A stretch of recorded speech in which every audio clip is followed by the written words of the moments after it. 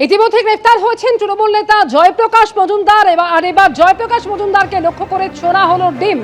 সল্টলেকে তাকে নিয়ে যাওয়া হয় এবং সেখানে গিয়ে তল্লাশির সময় ধেয়ে এলো ডিম। ডিম ছুড়ে তৃণমূল নেতাকে লক্ষ্য করেই উঠল চোর চোর স্লোগান।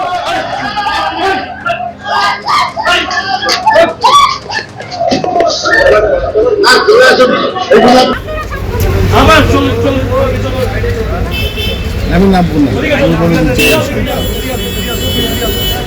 যত কিছু জানি আপনি আসছেন।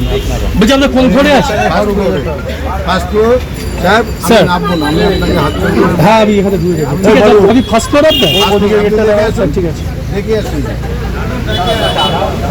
নামা দেবো না, ফার্স্ট ফ্লোরে আছে। আমি নামবো না, আমি এদের মধ্যে দিয়ে নামবো না ওখানটাতে। আরে আমরা আছি তো, আপনি আছেন তাতে হেনস্থায় খবর নিয়ে এদেরকে ভিড় করে, এটার তো কোনো কথা নয়। আমি সেই জন্য আমি নামবো না, মিডিয়ার মধ্যে দিয়ে আমি নামবো না। জোর করবেন না, আপনি ফার্স্ট ফ্লোরে যান, গিয়ে আপনি ছবি তুলে দেখে নিয়ে আসুন। কোনটা আমি জানবো কি করে? একদম লেখা আছে নাম, না লেখা আছে নাম, জয়প্রকাশ মজুমদার লেখা আছে। আমি নামবো না, না দাদা আপনি জোর করতে পারেন আমাকে, আমি নামবো না, কারণ এই পরিবেশে আমি নামবো না। আমি নামবো না,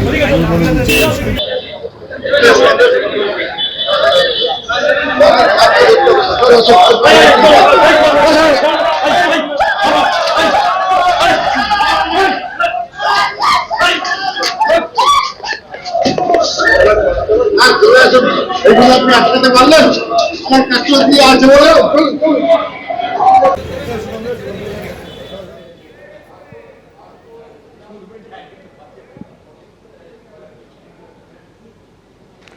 ফের দিল্লিতে মুখ্যমন্ত্রী শুভেন্দু অধিকারী বিজেপি সদর দপ্তরে সর্বভারতীয় সভাপতির সঙ্গে কিছুক্ষণ আগেই তার বৈঠক শেষ হয়েছে।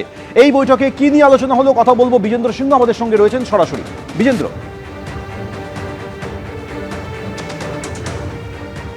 দেখো, মুখ্যমন্ত্রী প্রায় 2 ঘন্টা ছিলেন বিজেপি সদর দপ্তরে। কিছুক্ষণ আগে ঠিক এখান থেকে তিনি বেরিয়ে গেছেন। খুব সম্ভবত আরও একটা তার মিটিং রয়েছে, এরপরে তিনি কলকাতা আজকে ফিরে যাবেন। তবে 2 ঘন্টা থেকে বেশি তিনি যে বিজেপি সদর দপ্তরে ছিলেন, সেখানে বিজেপি ন্যাশনাল প্রেসিডেন্ট নীতিন নবীনের সঙ্গে তার বৈঠক হয়েছে প্রায় 1.5 ঘন্টা। এবং সেখানে কিছুক্ষণ আমরা দেখলাম উপস্থিত ছিলেন সুনীল বনসাল এবং ভূপেন্দ্র যাদব উপস্থিত ছিলেন। এবং এই 3 নেতার মিটিংয়ে যেটা সূত্র মারফত আমরা জানতে পারছি কি যে 35 জন শপথ নিয়েছিলেন মন্ত্রী, তাদের পোর্টফোলিও অ্যালোকেশন এখনও হয়নি। তাদের পোর্টফোলিও অ্যালোকেশন নিয়েই আলোচনা হয়েছে এই নেতাদের মধ্যে।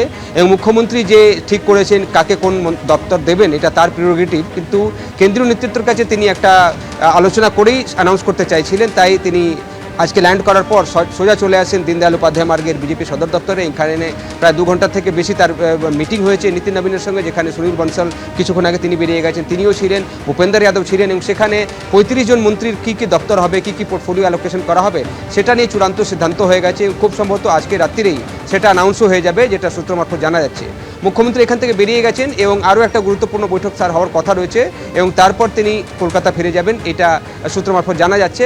তবে তার সঙ্গে সঙ্গে আরও একটা প্রশ্ন উঠে এসছে, যেভাবে টিএমসিতে ভাঙন ধরছে বা টিএমসির নেতারা বিজেপির নেতাদের কাছে অ্যাপ্রোচ করছেন, সাংসদরা তাদের কাছে ফোন করছেন, সেক্ষেত্রে বিজেপির কী রণকৌশল হবে, সেটাও হয়তো আজকে মিটিং আলোচনা হয়ে থাকতে পারে, যেটা ইঙ্গিত আমরা পাচ্ছি।